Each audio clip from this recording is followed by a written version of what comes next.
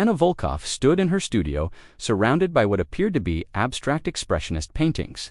Bold strokes of green and gray, textured surfaces that caught the light in fascinating ways. Critics who'd viewed them called her work revolutionary, visceral, and profoundly material. Each painting was made from pulverized currency actual $100 bills, ground into fine particles, mixed with resin, and applied to canvas with the care of a master craftsperson. $70 million in untraceable cash transformed into 42 paintings that would soon hang in galleries across Europe. The money belonged to Dmitry Kuznetsov, a Russian oligarch with ties to weapons manufacturing, human trafficking, and enough blood on his hands to paint a gallery of his own. He'd approached Anna 6 months ago through intermediaries, presenting her with a problem that would have terrified most financial consultants. How do you clean $70 million when every intelligence agency in the world is watching your accounts? Anna's solution was elegant. You don't clean the money, you destroy it and replace it with something more valuable. The process had taken 3 months of careful preparation. First, she'd established herself as a legitimate artist, spending 2 years creating a body of work using conventional materials. She'd exhibited in small galleries, sold pieces to legitimate collectors, built a reputation by the time Kuznetsov approached her. Anna Volkov was a known quantity in the art world, talented, rising, but not yet famous enough to attract unwanted attention. The second phase was the transformation itself. Anna had purchased an industrial-grade pulverizer designed for destroying confidential documents. In the privacy of her studio, a converted warehouse with excellent soundproofing, she de-fed stack after stack of $100 bills into the machine, reducing them to a fine powder that retained the green-gray color of currency, but was otherwise unrecognizable. The money dust was mixed with epoxy resin in carefully calculated ratios. Much money, and the paintings would be brittle. Too little, and the texture wouldn't be right. Anna had experimented for weeks before finding the perfect formula. The resulting medium was thick, rich, and could be worked like oil paint, building up layers of texture that gave each piece depth and complexity. But the real genius was in the sales structure. Anna didn't sell the paintings to strangers. She sold them to Kuznetsov himself, through a labyrinth of shell companies and intermediaries so complex that even forensic accountants would need months to trace the connections. Each company was registered in a different jurisdiction, Cayman Islands, Luxembourg, Panama, Singapore, and each transaction was structured to appear completely legitimate. Kuznetsov's clean money went into the shell companies. The paintings were sold for prices that reflected legitimate art market values authenticated by experts. Anna had cultivated, exhibited in galleries that asked no questions, documented with impeccable provenance. The money that came out the other side was spotless, tied to legitimate art transactions that could withstand any audit.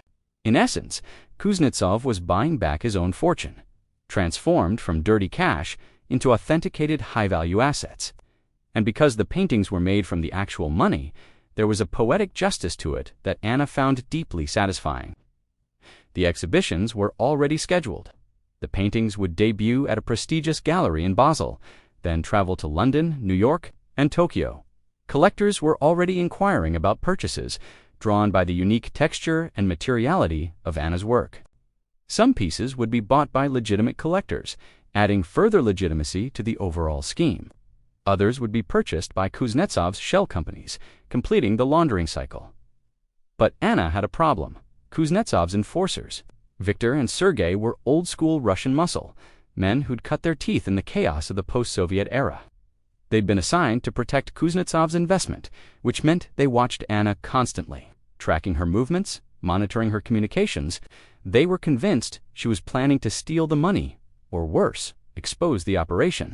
What they didn't know was that Anna had been planning her own escape for months. The wedding was her masterstroke. Anna announced her engagement to a fellow artista man who didn't exist, a fiction she'd constructed with the help of forged documents and carefully staged social media posts. The wedding would be a massive event, she explained to Kuznetsov, attended by influential figures from the art world. The perfect opportunity to showcase the paintings, to add social legitimacy to the collection. Kuznetsov approved the budget without question. $500,000 for a wedding that would help clean his fortune. It was a rounding error on $70 million. The ceremony was held at an exclusive estate in the French countryside. 200 guests, most of them real artists and collectors Anna had cultivated over the years. The paintings were displayed throughout the venue, casual and elegant, as if they were simply the bride's work decorating her special day. The twist came at the reception. Anna, dressed in a white gown that cost more than most people's cars, gave a tearful speech about her fiancé, how he died suddenly from a previously undetected heart condition just days before the wedding. The closed casket at the front of the venue contained his body, she explained, and she'd decided to hold the ceremony anyway as a tribute to their love. The guests were moved to tears. Victor and Sergei, standing at the back, exchanged glances. Something felt wrong, but they couldn't identify what. After the ceremony, the casket was loaded into a hearse for transport to a private crematorium. Victor and Sergei followed, convinced that Anna was smuggling something inside. When they arrived at the crematorium, they demanded to inspect the casket. Inside, they found exactly what Anna had promised: a body dressed in a suit, face covered by a cloth. The crematorium director, annoyed by their intrusion, confirmed the paperwork was in order. The body was cremated while they watched. What Victor and Sergei didn't know was that the body was purchased from a medical supply company that provided cadavers for research. The paperwork was legitimate because Anna had actually registered a death certificate for her fictional fiancé using connections. In the funeral industry that she decultivated specifically for this purpose, the casket had served its purpose. Misdirection. While Victor and Sergei watched a stranger's body burn, Anna was already on a private jet to Singapore, traveling under one of 3 false identities she'd established over the past year. The tracking device she'd hidden in the casket led Kuznetsov's men on a wild chase across Europe.